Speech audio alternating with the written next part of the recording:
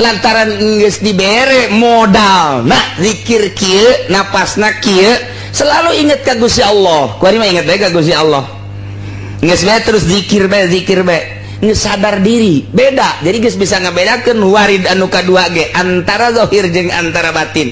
artina engke dibere nyaho ieu mah awak sina teh roh urang jeung awak urang beda roh mah roh kadaharana lain zahir mah zahir kadaharana lain atur ku sia urusan roh nu mantak tah napasna asupkeun napas zikirna eta teh kan keur nyaritakeun masalah roh kuari roh teh geus terisi dicoba dina salat roh teh ngarasa nikmat rindu nyebut Allah teh rindu nyebut Al-Qur'an teh rindu nyebut bangsa-bangsa peribadahan teh rindu aya rindu roh teh hayang bae lapar sakumaha urang hayang nginum dahaga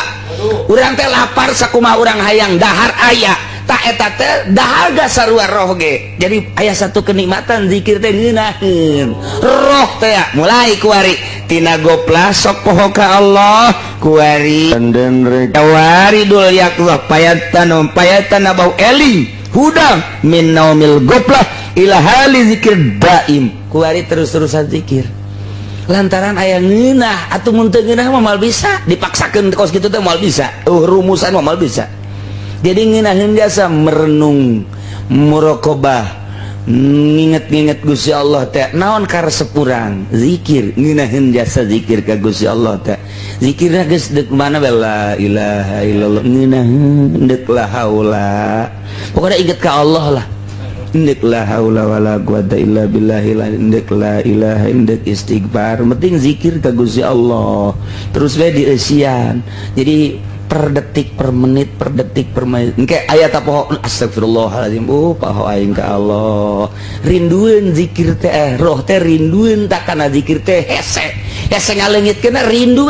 ngeunaheun amis hese tah lamun geus amis kitu nu batak lamun keur sare ge keur sare teh urang gegeuraan kacai lagi gegeuraan lantaran ngeunaheun jasa tah ngeunaheun teh salat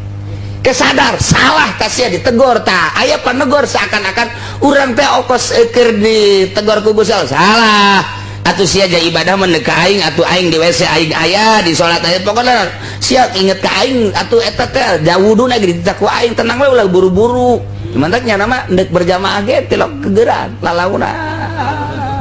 eta katinggalan